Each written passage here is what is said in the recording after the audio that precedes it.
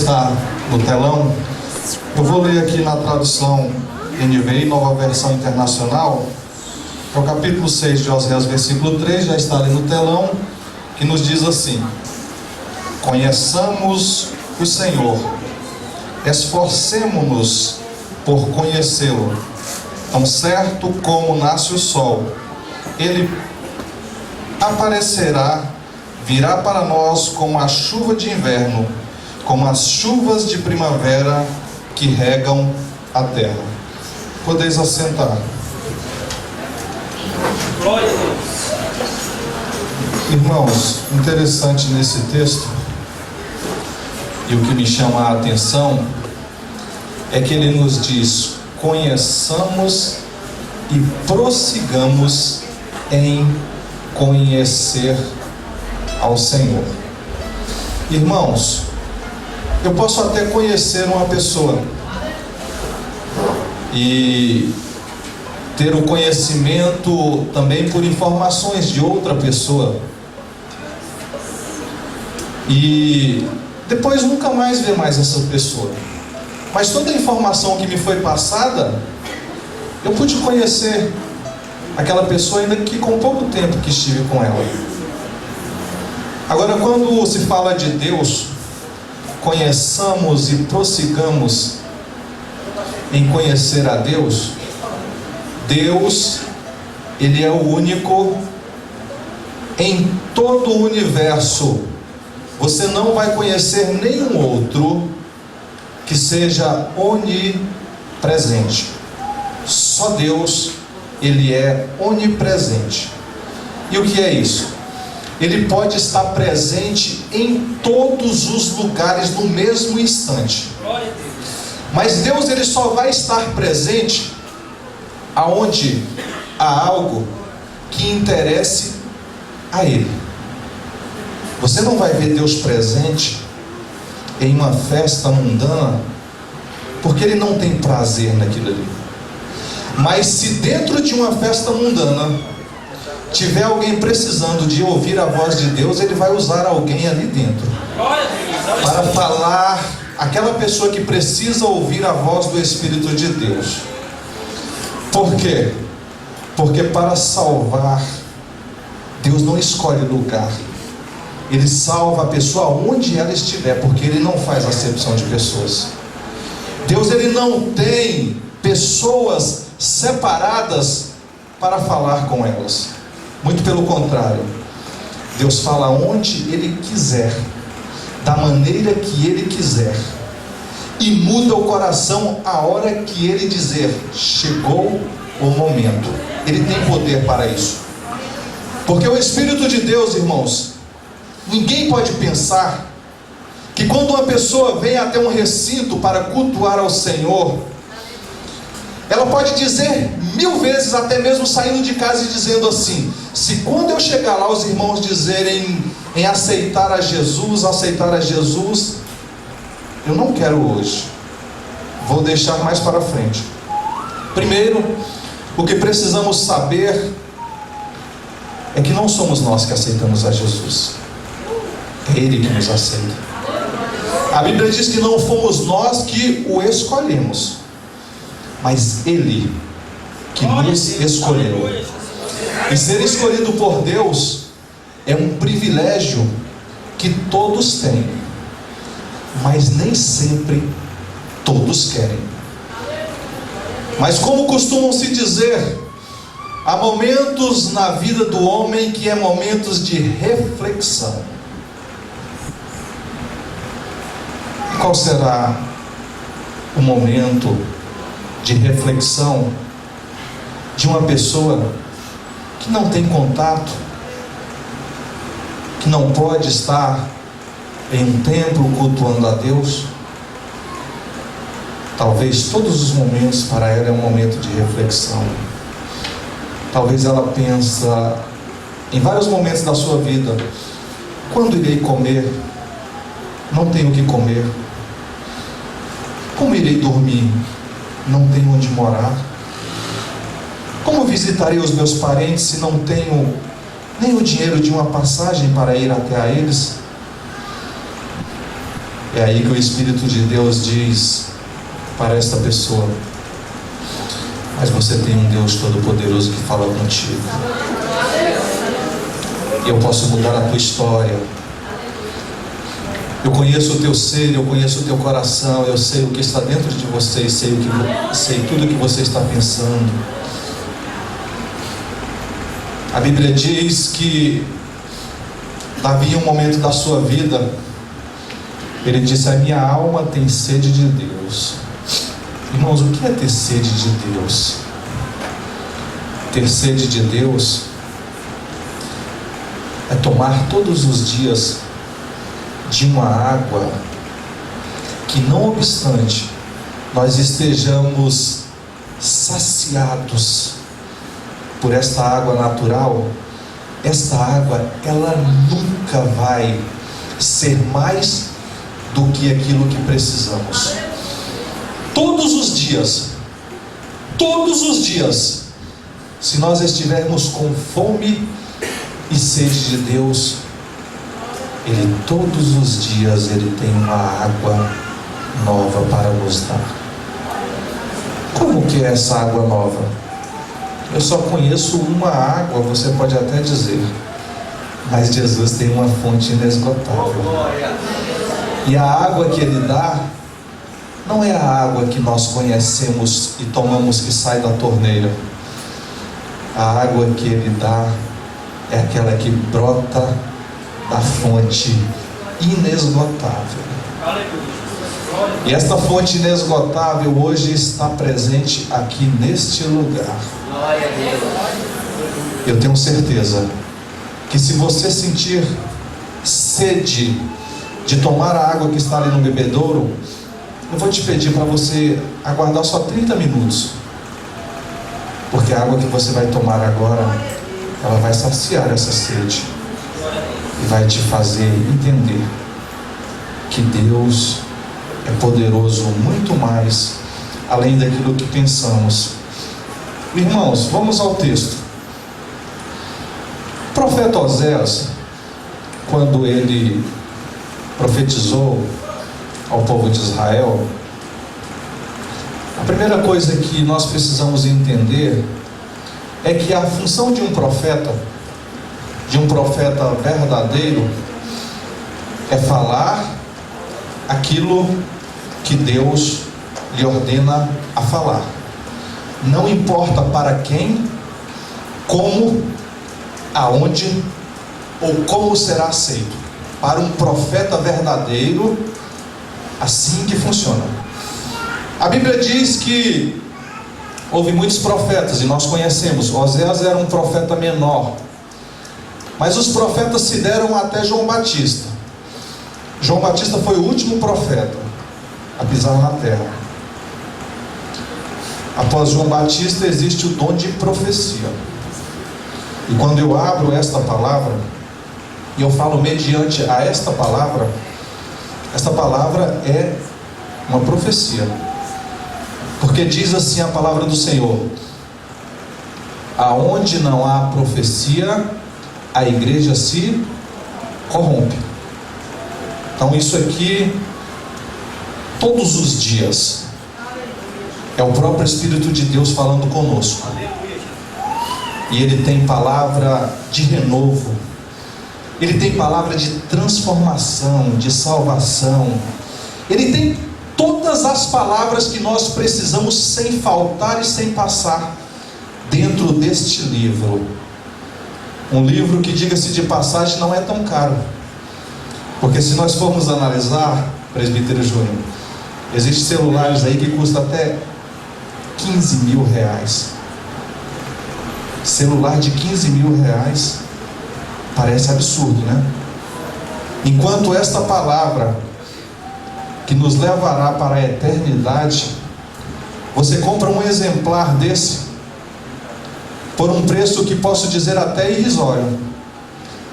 E se você não tiver, quantas igrejas oferecem de graça essa palavra que pode conduzir ao homem ao maior estágio da sua vida, que é conhecer a Deus. Mas para prosseguir conhecendo, tem que fazer uso dela, porque senão não adianta. Irmãos, a educação é um fenômeno tipicamente humano. Os animais podem ser adestrados, mas só o homem pode ser educado. Um animal, você adestra ele até com alimento. Você vai dando alimento todos os dias para ele, ele vai fazer aquilo que você quer que ele faça para receber o seu alimento. Ele foi adestrado, por repetições ele foi adestrado. No entanto, não deixa de ser curiosa a analogia feita por Deus pela instrumentalidade do profeta Isaías, contemporâneo de Oséias, indicando a falta de entendimento do povo de Israel. Era um povo educado, mas lhe faltava entendimento. Para se ter entendimento, precisa-se buscar conhecimento. E como se busca o conhecimento? A Bíblia diz que quem não tem sabedoria, peça a Deus, porque Ele tem abundância. E quem quer ter conhecimento de Deus, é preciso todos os dias falar com Ele. Não importa a hora, manhã, tarde, noite, madrugada, não importa a hora. É a hora que Ele te disser assim: chegou o momento que eu quero falar contigo. Irmãos, Deus é o único que não precisa tirar a sua atenção para falar contigo. Esse Deus, Ele é muito além do que podemos imaginar, né? Você já imaginou falar com uma pessoa que não te tira a sua atenção? Todos conseguimos falar com Deus no trabalho, na escola, em casa, fazendo os nossos afazeres. Ele não nos tira a nossa atenção.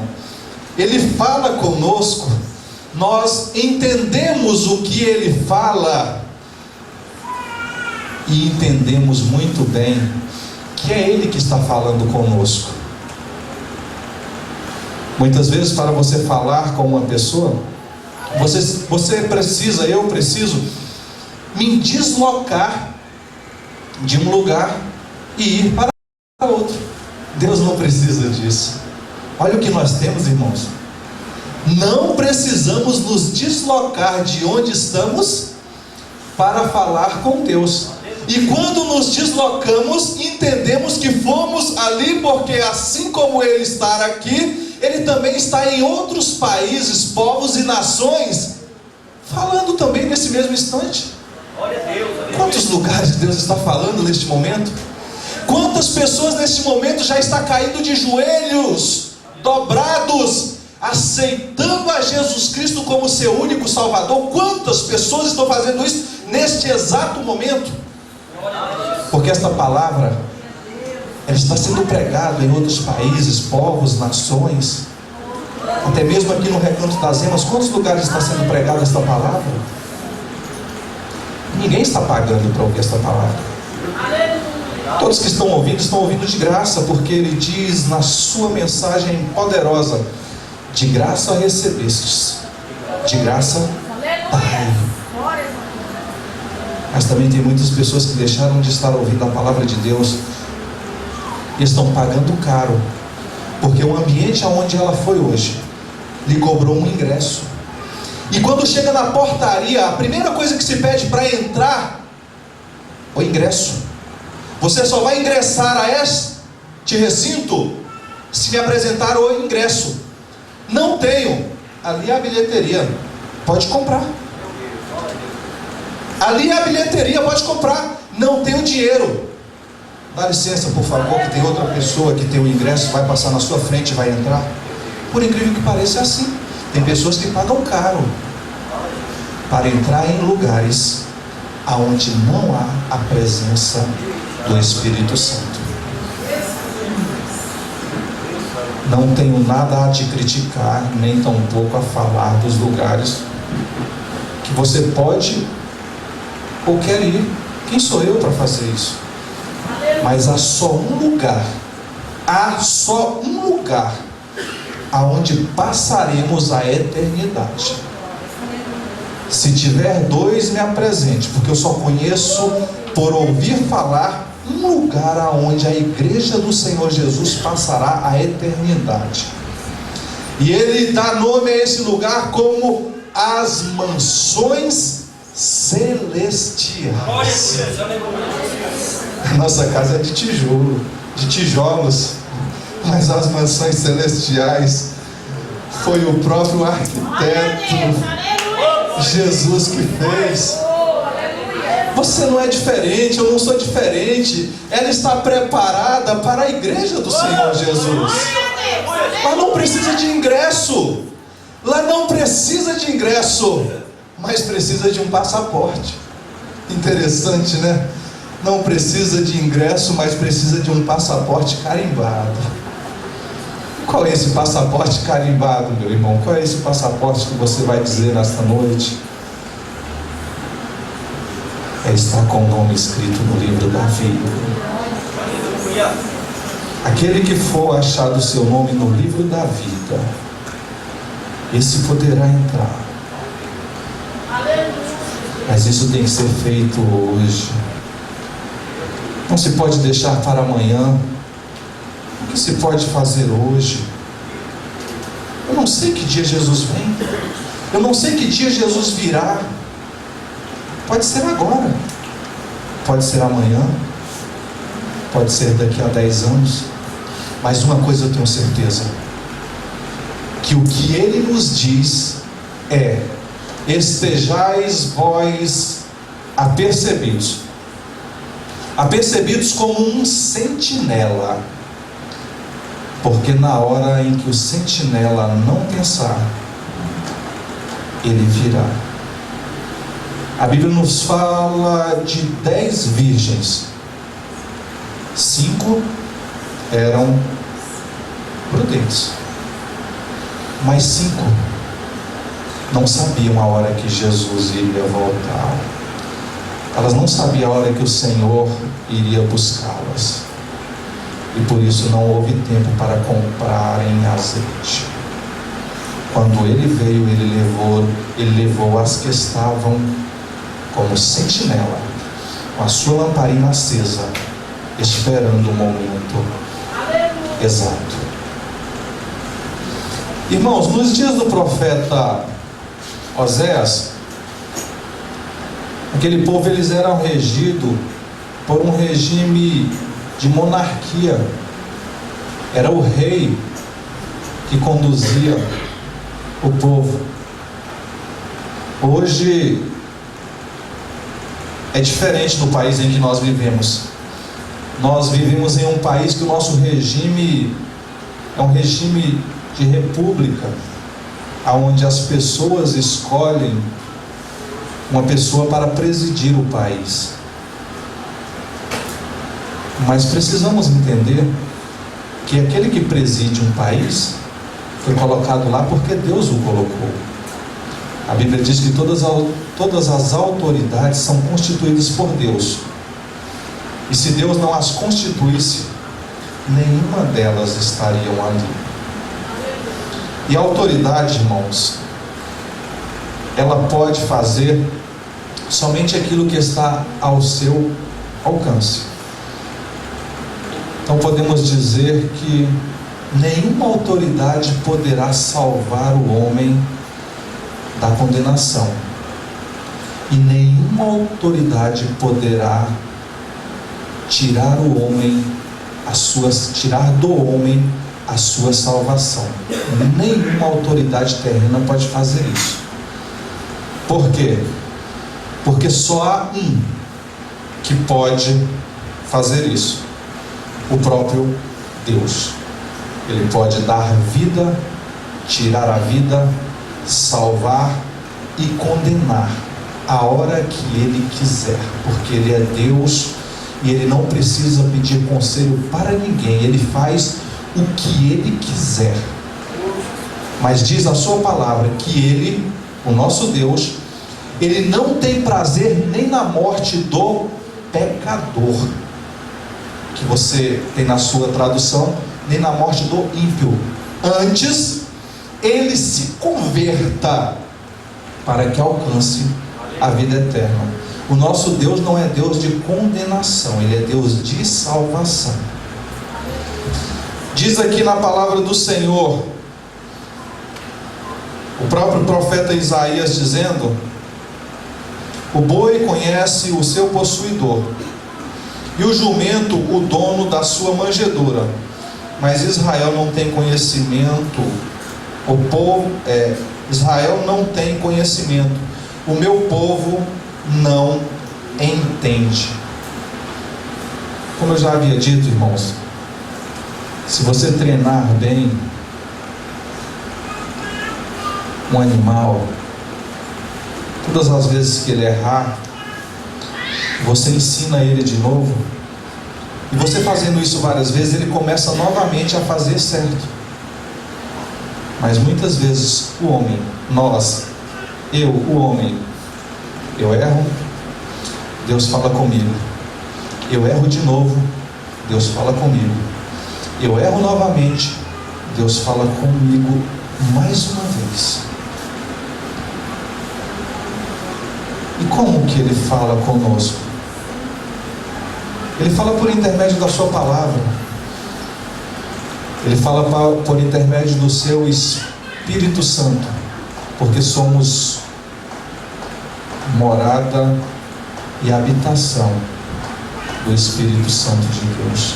Ele tanto habita em nós, como Ele mora nas nossas vidas.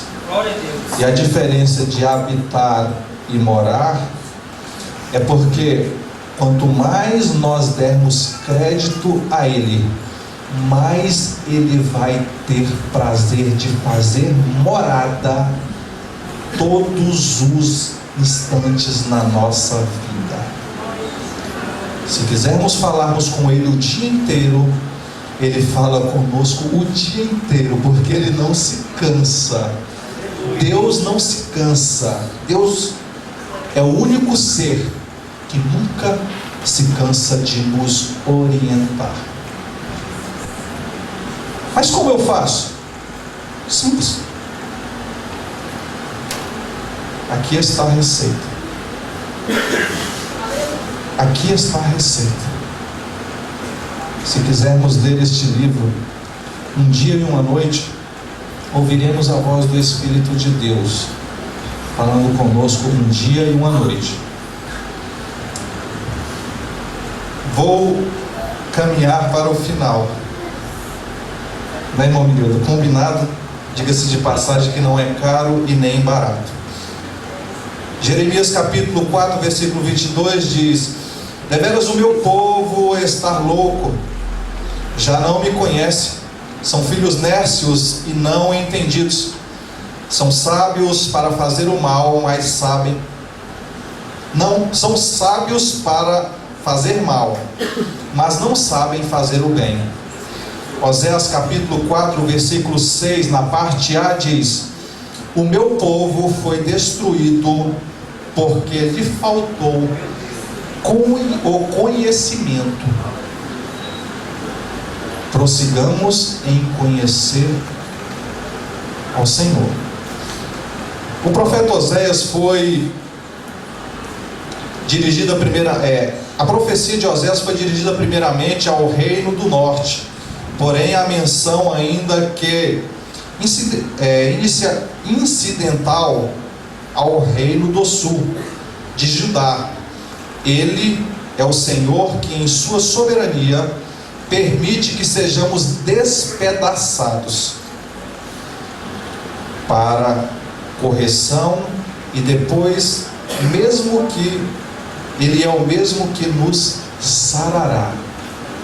Deus muitas vezes, irmãos, permite que sejamos despedaçados, e Ele próprio depois, Ele vai nos sarar, porque Ele tem poder para isso. O Deus que faz em nós a ferida é o mesmo que nos ata para curar. Deus prometeu que nos ressuscitaria e nos levaria novamente Uma clara alusão ao ressuscitamento do Messias e de todos os que nele têm essa vívida esperança. Uma esperança central de restauração era que a presença de Deus seria restaurada entre o seu povo. Jeremias capítulo 24, verso 7 nos fala a respeito disso. É somente depois deste ressuscitamento e deste levantamento que o desafio é feito para conhecermos e prosseguirmos em conhecer ao Senhor.